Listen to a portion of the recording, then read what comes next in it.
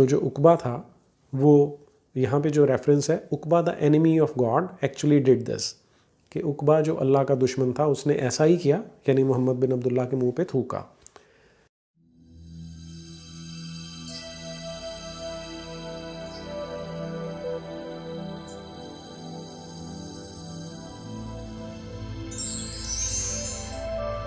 अभी तक की डिस्कशन से हमें ये क्लियर हुआ है कि जो एक क्लेम किया जाता है इस्लाम के जो प्रोपेगेंडिस्ट हैं उनके द्वारा, कि जो कुरान है उसके अंदर हिस्टोरिकल रेफरेंसेस नहीं है, कि ये एक ऐसी इंस्ट्रक्शन बुकलेट है या इंस्ट्रक्शंस बुक है जो सारी ह्यूमैनिटी के लिए है, जो एक कोई गॉड था अल्लाह नाम का जिसने बिल्कुल स्टार्टिंग में भेजी थी, उसके बाद उनमें करप्शन होती गई और ये कुरान जो है फाइनल वही वाला मैसेज है, लेकिन ये बिना किसी करप्शन के आया है।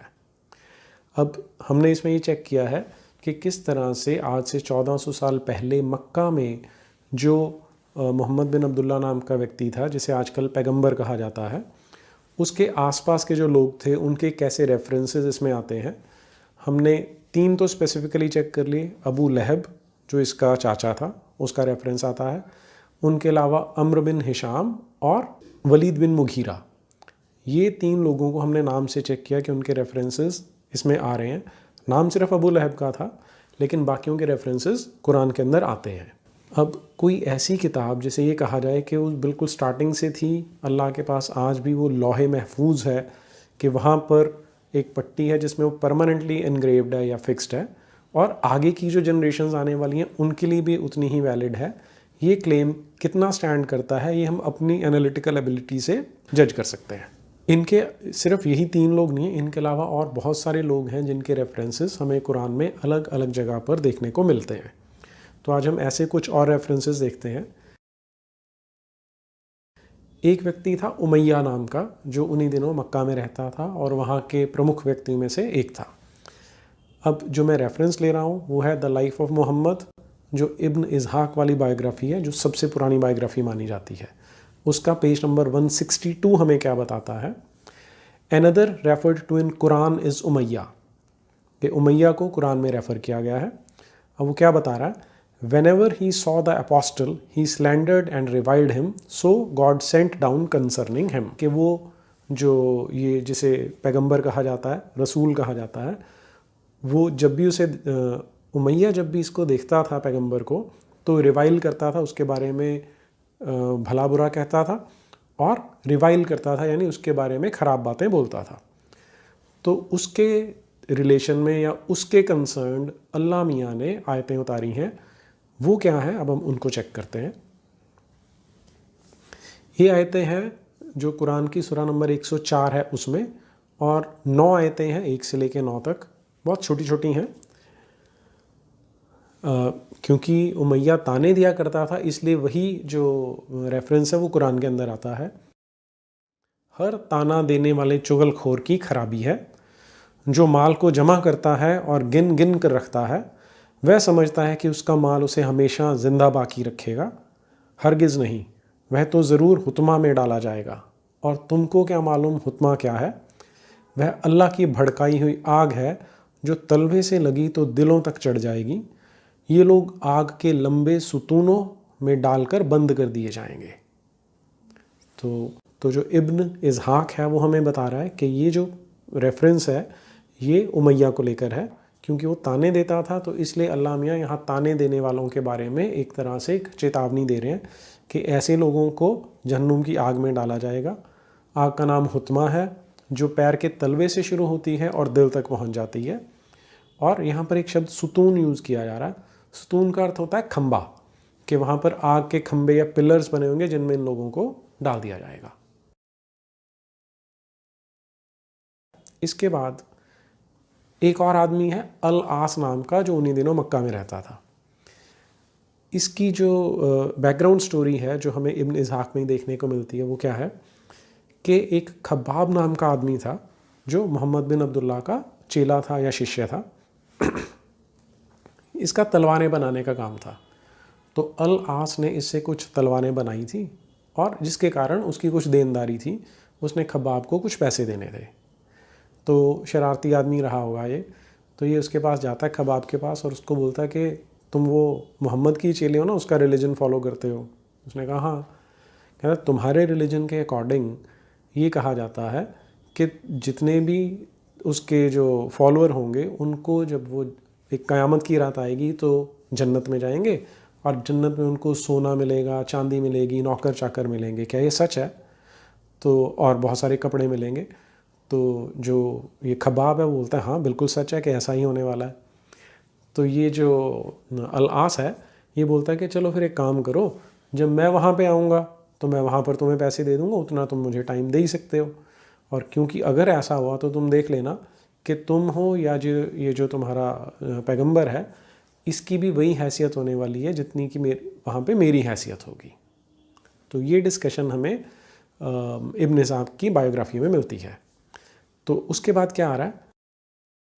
So God revealed concerning him, have you considered him who disbelieves our signs and says I shall be given wealth and children. इसको हम हिंदी की जो ट्रांसलेशन है उसमें देखते हैं कि इसके कंसर्निंग अल्लाह मियाँ ने क्या आयतें उतारी हैं।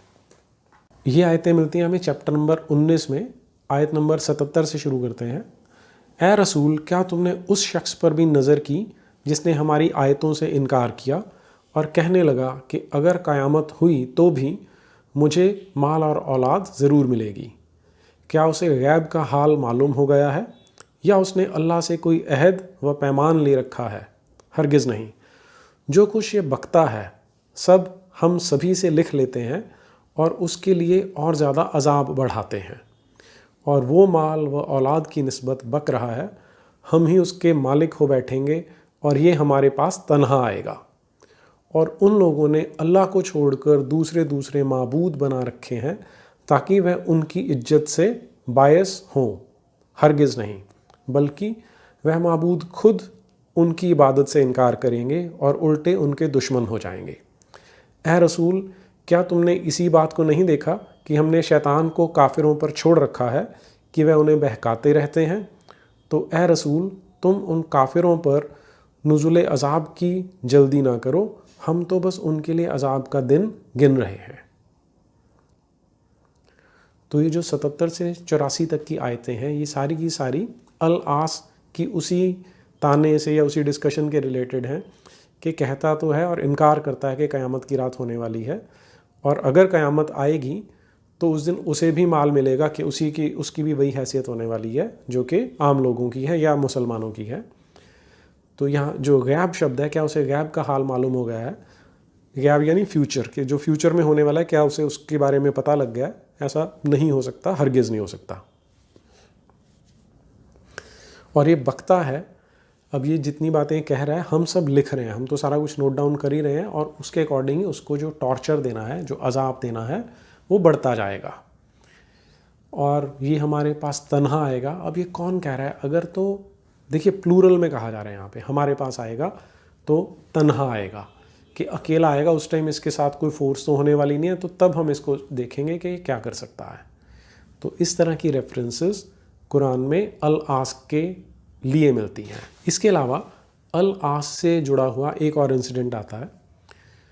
वो इंसिडेंट ये है कि अब क्योंकि मोहम्मद बिन अब्दुल्ला वहाँ बार बार लोगों को बोलने लग गया था कि तुम मेरा मज़हब अपना लो और ये जो बाकी के देवी देवता हैं, बाकी के भगवान हैं, उनको रिजेक्ट कर दो, उनको छोड़ दो। तो लोगों में डिस्कशन हो रही थी जहाँ अल आस भी बैठा हुआ था। तो वो क्या कहता है? Let him alone for he is only a childless man with no offspring, if he were to die his memory would perish and you would have rest from him. ये पेज नंबर 261 इब्न इसहाक का, जिसमें वो बता रहा है कि अल आस कहने लगा कि यार उसके कोई संतान तो है नहीं, बे औलाद आदमी है, तो तुम उसको थोड़ा टाइम झेल लो, उसके बाद जब मर जाएगा तो इसका कोई नाम लेने वाला भी नहीं होगा, ये उसने कहा। अब उसके बाद क्या होता है? God sent down in reference to that we have given you Al Kausar. अब अल कौसर नाम की एक पूरी की पूरी सूरा है कुरान में, छोटी सी 3 आयतों की सूरा है सिर्फ, लेकिन वो इसी डिस्कशन से रिलेटेड है कि जब इसने कहा था कि बे औलाद आदमी मर जाएगा। वो देखते हैं क्या है। सूरा नंबर 108 जिसका नाम है अल कौसर। ए रसूल, हमने तुमको तो कौसर अता किया तो तुम अपने परवरदिगार की नमाज पढ़ा करो और कुर्बानी दिया करो, बेशक तुम्हारा दुश्मन बे औलाद रहेगा। तो ये तुम्हें कह रहे हैं जो ये तुम्हारा दुश्मन है यही बे औलाद होने वाला है। अब यहाँ पर ये जो अल कौसर है, कौसर के बारे में जो मोहम्मद बिन अब्दुल्ला के मित्र थे वही उनसे पूछने लग जाते हैं कि भाई ये चीज़ है क्या। ये भी हमें इब्न इसहाक के पेज नंबर 261 पे 261 पे रेफरेंस मिलता है। When the apostle was asked what Kausar was, which God had given to him, I heard him say, it is a river as broad as from Sana to Ayla. तो लोगों ने पूछा ये कौसर है क्या चीज़ है जो अल्लाह ने तुम्हें अता फरमाई है। तो इस पर मोहम्मद बिन अब्दुल्ला का आंसर आता है कि एक बहुत बड़ी नदी है। अब सना एक जगह है यमन में, सना से लेके आयला तक जितना डिस्टेंस है, जितनी दूरी है, उतनी चौड़ी एक नदी है। और its water pots are in numbers as stars of heaven. इसमें इतना पानी है, इसके जो वाटर पॉट्स हैं वो इतने ज़्यादा हैं जितने के आसमान में तारे हैं। Birds go down to it with necks like camels. वहाँ पर इस तरह के पक्षी जाते हैं जिनकी गर्दनें ऊँट के जैसी हैं। तो ये सब सुनने के बाद जो इनका अपना मित्र था उमर बिन अख्ताब, वो कहता है कि O apostle of God, the birds must be happy, कि अगर ऐसा है तो ये जो पक्षी हैं जो वहाँ कौसर में जाके पानी पीते हैं वो तो बड़े खुश रहते होंगे। तो जो पैगंबर है वो क्या उत्तर देते हैं, he who Yeats them will be happier still, कि जो इन पक्षियों को खाते हैं वो और ज़्यादा खुश रहते हैं। तो इस तरह का एक्सप्लेनेशन हमें कौसर के बारे में मिलता है इब्न इसहाक में, जो कि सबसे पुरानी बायोग्राफी है पैगंबर मोहम्मद बिन अब्दुल्ला की। फिर एक आदमी है अल नज़र। ये हम पहले भी एक जगह पे हम रेफ़र कर चुके हैं कि इसकी रेफरेंस आती है। अब यहाँ पर हम एक और इंसिडेंट देखते हैं। अल नज़र, whenever the apostle sat in an assembly and invited people to God and recited the Quran and warned the Quraysh of what had happened to former peoples, followed him when he got up and spoke to them about Rustam the hero and Isfandiar and the kings of Persia. अब मोहम्मद बिन अब्दुल्ला लोगों को बार बार कहता था कि तुम सिर्फ अल्लाह को मानो, सिर्फ अल्लाह की पूजा करो, बाकियों की नहीं करनी है। तो ये जो अल नज़र नाम का व्यक्ति था ये वहाँ बैठा होता था, तो ये कहने लग जाता था कि ये तो कहानियाँ सुना रहा है, कहानियाँ तो मैं भी सुना सकता हूँ। तो वो रुस्तम की, इसफंदियार की और जो पर्शिया के या फ़ारस के राजा हुए थे उनकी कहानियाँ लोगों को सुनाया करता था। और फिर वो बोला क्या करता था, by God, Mohammed can not tell a better story than I and his talk is only of old fables which he has copied as I have. कि जैसे मैं तुम्हें पुरानी कहानियाँ सुना रहा हूँ, पुराने लोगों के किस्से सुना रहा हूँ, ऐसे ये भी पुराने किस्से सुना देता है, तो क्यों हम इसको पैगंबर मानने की सोचें भी, तो मैं भी पैगंबर हो सकता हूँ। सो गॉड रिवील्ड कंसर्निंग हिम, यह पेज नंबर 162 इब्न इसहाक की बायोग्राफी। अब ये जो अल्लाह मियाँ ने अब आयतें उतारी हैं इस अल नज़र के बारे में वो देखते हैं। एक तो है सूरा नंबर 83 में आयत नंबर 13, जब हमारी आयतें उसे सुनाई जाती हैं तो कहता है ये तो पहले की कहानियाँ हैं, ये तो पुरानी कहानियाँ हैं। और दूसरी इसी के बारे में जो आयत है वो है सूरा नंबर 45 की आयत नंबर 8, कि अल्लाह की आयतें उसके सामने पढ़ी जाती हैं और वह सुनता भी है, फिर गुरूर से कुफ्र पर अड़ा रहता है, गोया उसने उन आयतों को सुना ही नहीं। तो ए रसूल, तुम उसे दर्दनाक अजाब की खुशखबरी दे दो। क्योंकि वो जो मोहम्मद बिन अब्दुल्ला आयतें सुना रहा था वो बाइबल की हो सकती थी, तोरा की भी हो सकती थी, तो उनको इग्नोर कर देता था, निगलेक्ट कर देता था। इसलिए अब जो अल्लाह है उसने इस अल नज़र के लिए अजाब तैयार कर रखा है, उसको एक दर्दनाक टॉर्चर मिलने वाला है, उसकी खुशखबरी अल्लाह मियाँ उसको दे रहे हैं अपने रसूल के द्वारा। फिर एक आदमी है अल अखनास नाम का। इसके बारे में इब्न इसहाक में पेज नंबर 164 पे जो रेफरेंस है, अल अखनास was one of the leaders of his people who was listened to with respect and he used to give the apostle much trouble and contradict him. तो ये जो अल अखनास था ये भी एक लीडर था, नेता था, वहाँ मुखिया मान सकते हैं, और ये भी मोहम्मद बिन अब्दुल्ला को अपोज़ क्या करता था, उसको काफ़ी प्रॉब्लम्स क्रिएट करता था और कॉन्ट्राडिक्शन देता था कि अगर मोहम्मद बिन अब्दुल्ला ने कोई बात बोली है तो उनको कॉन्ट्राडिक्ट कर देता था। तो उसके बाद so God sent down about him, अब अल्लाह मियाँ ने उसके बारे में भी आयतें भेजी हैं। इन आयतों में एक जगह पे अल नज़र के लिए एक वर्ड यूज़ किया गया है ज़नीम। वो हम पहले आयतें देखते हैं फिर समझते हैं कि इसका मीनिंग क्या है। ये है सूरा नंबर 68, इसकी पहली आयत से शुरू कर रहा हूँ और 16 आयतें पढ़ेंगे। नून कलम की और उस चीज़ की जो लिखते हैं उसकी कसम है कि तुम अपने परवरदिगार के फजल व करम से दीवाने नहीं हो, और तुम्हारे वास्ते यकीनन वह अज़्र है जो कभी ख़त्म ही ना होगा, और बेशक तुम्हारे इखलाक बड़े आला दर्जे के हैं। तो अनकरीब ही तुम भी देखोगे और ये कुफ़ार भी देख लेंगे कि तुम में दीवाना कौन है। ये हम पहले भी डिस्कस कर चुके हैं कि मक्का के जो लोग थे वो मोहम्मद बिन अब्दुल्ला को शुरू में इग्नोर करते थे कि ये पागल हो गया है, ये पोएट बन गया, कवि बन गया।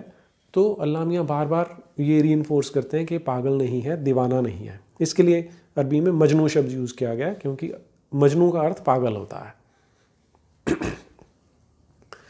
तो यहाँ पर अल्लाह मियाँ बता रहे हैं कि तुम पागल नहीं हो, ये जो तुम्हें कहने वाले हैं कौन पागल है हम बाद में देखेंगे। बेशक तुम्हारा परवरदिगार इनसे खूब वाकिफ़ है जो उसकी राह से भटके हुए हैं, और वही हिदायत याफ्ता लोगों को भी खूब जानता है। तो तुम झुठलाने वालों का कहना न मानना। वह लोग ये चाहते हैं कि अगर तुम नरमी इख्तियार करो तो वह भी नरम हो जाएं। यहाँ ये जो नरमी की बात आ रही है, अब मक्का वाले इरिटेट हो रहे थे कि हमारे देवी देवताओं को ये भला बुरा कहता है। तो उन्होंने इसको कई बार ऑफ़र किया कि हम एक काम करते हैं कि हम भी अल्लाह की पूजा करते हैं, तुम हमारे देवी देवताओं की पूजा कर लो। तो वो यहाँ पे रेफरेंस आ रहा है कि ये बोलते हैं कि तुम नरम हो जाओ लेकिन तुम नरमी मत बरतना, क्योंकि इसकी अल्लाह मियाँ ने यहाँ पर मना किया है। अब आगे ये जो अल-अखनास है डायरेक्टली उससे रिलेटेड आयतें शुरू हो जाती हैं। और तुम कहीं ऐसे के कहने में ना आ जाना जो बहुत कस्में खाता, जलील औकात एब्जू, जो आला दर्जे का चुगलखोर, माल का बहुत बखील, हद से बढ़ने वाला गुनहगार, तुंद मिजाज, और उसके अलावा बदजात हरामज़ादा भी है। ये जो टर्म मैंने ज़नीम बोली थी, ज़नीम यानी जिसका जो बर्थ है वो डाउटफुल होता है, तो उसके लिए यहाँ पर हिंदी ट्रांसलेशन वालों ने बदजात और हरामज़ादे शब्द को यूज़ किया है। चूँकि माल बहुत से बेटे रखता है, जब उसके सामने हमारी आयतें पढ़ी जाती हैं तो बोल उठता है कि ये लोग अगलों के अफसाने हैं, हम अनकरीब इसकी नाक पर दाग लगाएंगे। अब ये 16 आयतों में आपको बहुत सारी चीज़ों की क्लैरिटी हो जानी चाहिए। पहली चीज़ वही कि कसम खाने की जब बात आती है तो आम मुसलमान जो भोले वाले हैं, जिन्हें किसी चीज़ के बारे में नहीं पता है, उन्हें कहा जाता है कि तुमने अल्लाह मियाँ को छोड़ के अगर किसी की भी कसम खा ली तो ये शिर्क है, ये गुनाह है, कुफ्र है और तुम काफिर हो जाओगे। लेकिन यहाँ पर कलम की कसम खाई जा रही है। अब ये कौन खाता है ये हम आज डिस्कस नहीं करेंगे।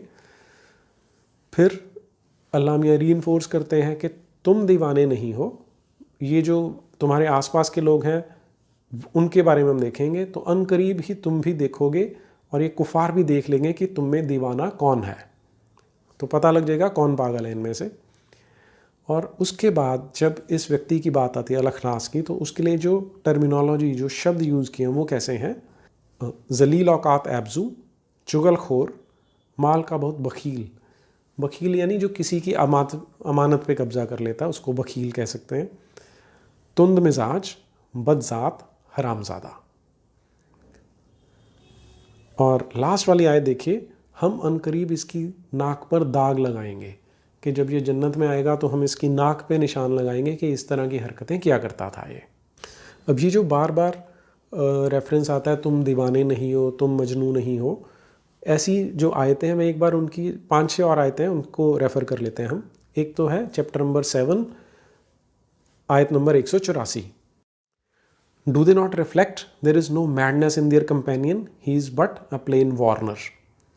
अब ये इंग्लिश वाली ट्रांसलेशन सारी मैं हिलाली एंड खान में से ले रहा हूँ, जो दुनिया में सबसे ज़्यादा बिकने वाली अंग्रेज़ी की ट्रांसलेशन है। और जो अरबी सरकार है हज पे जाने वालों को वो यही वाली ट्रांसलेशन गिफ्ट में देती है। चैप्टर नंबर 23 आयत नंबर 70। और say they there is madness in him, nay but he brought them the truth, that is Tawheed, worshipping Allah alone in all respects, the Quran, the religion of Islam, but most of them are averse to the truth. तो यहाँ फिर से वही बात है कि वो लोग कहते हैं there is madness in him, कि वो पागल है, लेकिन ये लोग सच को नहीं जानते। फिर ऐसे ही आयत नंबर 22 है 81वें चैप्टर की, वो देखते हैं। And O people your companion Mohammed is not a mad man, कि ए लोगो ये जो तुम्हारा साथी है मोहम्मद वो पागल नहीं है। फिर सूरा नंबर 68 की आयत number 2, you O Mohammed are not by the grace of your lord a mad man, कि मोहम्मद तुम अल्लाह के फजल से पागल नहीं हो। ऐसे ही चैप्टर नंबर 34 आयत number 46, say to them O Mohammed I exhort you on one thing only, that you stand up for Allah's sake in pairs and singly and reflect within yourselves a life history of the prophet. There is no madness in your companion Muhammad. He is only a warner to you in face of a severe torment. तो ये जो 5 आयतें मैंने बताई हैं अभी पहले वालियों के अलावा, इनमें सारा यही बताने के लिए स्ट्रेस है कि जो मोहम्मद बिन अब्दुल्ला है, जिसे पैगंबर आज माना जाता है, कि वो पागल नहीं है। अब ऐसे ही मक्का में 2 दोस्त थे, उबय और उकबा नाम के, काफ़ी क्लोज दोस्त थे, लेकिन इनमें एक बार थोड़ा सा झगड़ा हुआ। झगड़े का कारण क्या था, ये हमें इब्न इसहाक के पेज नंबर 164-165 पे देखने को मिलेगा। उसमें आता है कि एक बार जो उकबा है वो जहाँ पे मोहम्मद बात कर रहा था, कुरान की चर्चा कर रहा था, वहाँ पर बैठ गया। तो ये जब उबय को पता लगा तो उसने उकबा से झगड़ा करना शुरू कर दिया कि वो कहता है मैंने सुना है कि जहाँ पे मोहम्मद बिन अब्दुल्ला बैठा था तुम वहाँ जाके बातें सुन रहे थे, तो अगर तुमने आज के बाद कभी भी ऐसा किया तो मैं तुमसे बात नहीं करूँगा, और अगर तूने मोहम्मद बिन अब्दुल्ला के मुंह पे नहीं थूका तो भी मैं तुझसे बात नहीं करूँगा। तो जो उकबा था वो यहाँ पे जो रेफरेंस है, Uqba the enemy of God actually did this, कि उकबा जो अल्लाह का दुश्मन था उसने ऐसा ही किया, यानी मोहम्मद बिन अब्दुल्ला के मुंह पे थूका। अल्लाह की लानत हो उस पर, God curse him. So God sent down concerning the pair of them, तब अल्लाह मियाँ ने ये जो जोड़ा था दोनों दोस्तों का, उसके बारे में जो आयतें भेजी हैं वो देखते हैं। ये है सूरा नंबर 25 आयत नंबर 27, 28 और 29। और जिस दिन जुल्म करने वाला, ये उकबा के बारे में, जिस दिन जुल्म करने वाला अपने हाथ मारे अफसोस के काटने लगेगा और कहेगा काश रसूल के साथ मैं भी दीन का सीधा रास्ता पकड़ता, हाय अफसोस काश मैं फ़लाँ शख्स को अपना दोस्त ना बनाता, बेशक यकीनन उसने हमारे पास नसीहत आने के बाद मुझे बहकाया, और शैतान तो आदमी को रुसवा करने वाला ही है। ये अलग अलग लोगों के बारे में रेफरेंसेस हैं जिन्होंने कहीं पर मोहम्मद बिन अब्दुल्ला के अगेंस्ट गए, उसको कोई ताना मारा, किसी तरह का कोई कटाक्ष किया, उनके रेफरेंसेस इस तरह से हमें देखने को मिलते हैं।